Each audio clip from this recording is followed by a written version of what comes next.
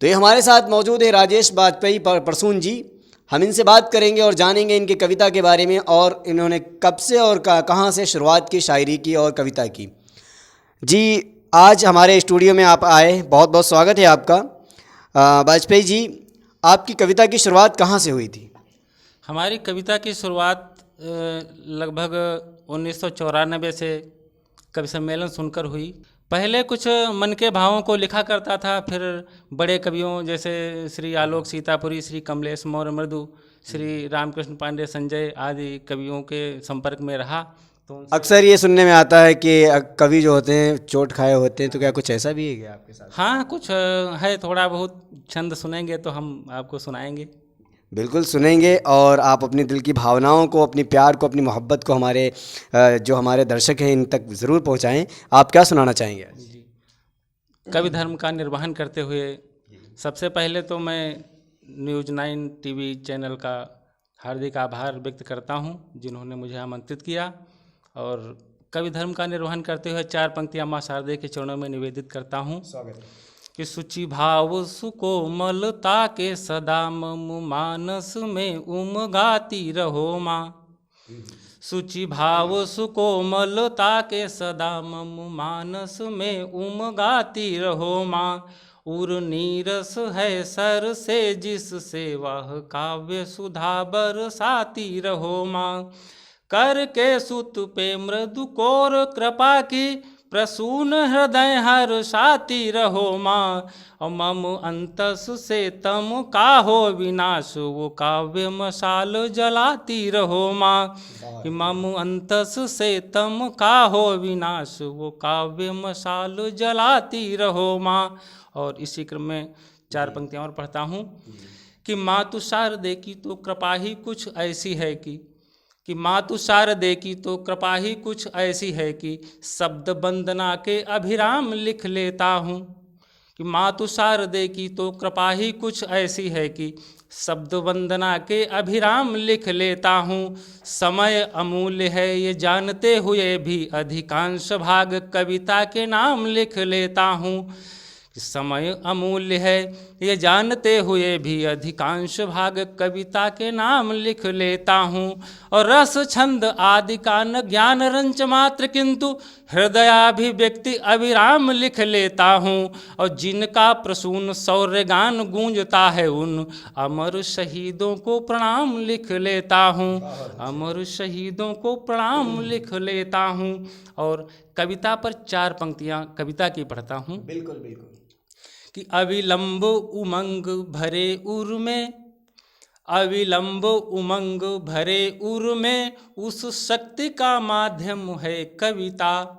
यश कीर्ति मिले ओ विकासानुगामी प्रवृत्ति का माध्यम है कविता। तुलसी रस खान कबीर प्रसून की भक्ति का माध्यम है कविता। और कवि के करुणामय अंतस की अभिव्यक्ति का माध्यम है कविता। कि कवि के करुणामय अंतस की अभिव्यक्ति का माध्यम है कविता। और 4 पंक्तियां लेखनी को समर्पित करता हूँ। कि शारदे सुशक्ति ऐसी दो हमारी लेखनी को, कि शारदे सुशक्ति ऐसी दो हमारी लेखनी को प्रीति का सुखद मंजुहास लिखती रहे। कि शारदे सुशक्ति ऐसी दो हमारी लेखनी को प्रीति का सुखद मंजुहास लिखती रहे। और देशवासियों के तमयुक्त मृदु मानस पटल पर प्रखर प्रकाश लिखती रहे। सुरभित हो समग्र राष्ट्रवाटिका प्रसून ऐसा अभिराम मधुमास लिखती रहे। और वीर बलिदानियों के रक्त में नहाया हुआ क्रांति का पुनीत इतिहास लिखती रहे। कि वीर बलिदानियों के रक्त में नहाया हुआ क्रांति का पुनीत इतिहास लिखती रहे। और एकदम मुक्तक पढ़ रहा हूँ कि प्रेरणा के नित नए उद्गार लिखना, प्रेरणा के नित नए उद्गार लिखना, कल्पना के व्योम का विस्तार लिखना। अरे कवि तुम सत्य पथ के हो प्रदर्शक, हर हृदय के पृष्ठ पर मृदु प्यार लिखना, हर हृदय के पृष्ठ पर मृदु प्यार लिखना। और एक मुक्तक और पढ़ रहा हूँ। भर रहा वह पाप का घट फोड़ सकता हूँ, ओज की तरफ पढ़ रहा हूँ कि भर रहा वह पाप का घट फोड़ सकता हूँ, इन अनय की आंधियों को मोड़ सकता हूँ। तुम न मेरे शौर्य को पैमाना दिखाओ, तुम न मेरे शौर्य को पैमाना दिखाओ। मैं प्रलय के बादलों को तोड़ सकता हूँ, मैं प्रलय के बादलों को तोड़ सकता हूँ। और एक गीत की कुछ पंक्तियाँ मेरी इच्छा है कि पढ़ देता हूँ। जहाँ सवेरा आशाओं की नवल रश्मियाँ लाता है, कि जहाँ सवेरा आशाओं की नवल रश्मियाँ लाता है, जहाँ कूकती कोयल का स्वर जनमन को हर्षाता है, जहाँ प्राकृतिक सुषमा का सौंदर्य दिखाई देता है, आज वहीं पर आर्त सुरों में रुदन सुनाई देता है।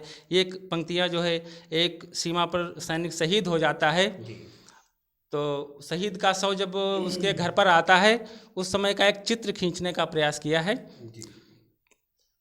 कि जहाँ सवेरा आशाओं की नवल रश्मियाँ लाता है, जहाँ कूकती कोयल का स्वर जनमन को हर्षाता है, जहाँ प्राकृतिक सुषमा का सौंदर्य दिखाई देता है, आज वहीं पर आर्त स्वरों में रुदन सुनाई देता है, आज वहीं पर आर्त स्वरों में रुदन सुनाई देता है।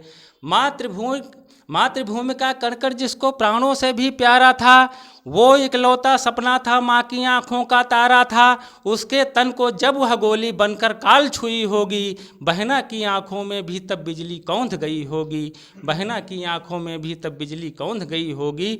जब शहीद का शव लेकर सेना की टुकड़ी आती है, चित्र देखें कि जब शहीद का शव लेकर सेना की टुकड़ी आती है, दरवाजे पर जमा भीड़ भीषण कोहराम मचाती है। सोचो कितना दर्दनाक उस पर मातम छाया होगा, लिपट तिरंगे में शहीद का शव जब घर आया होगा, लिपट तिरंगे में शहीद का शव जब घर आया होगा।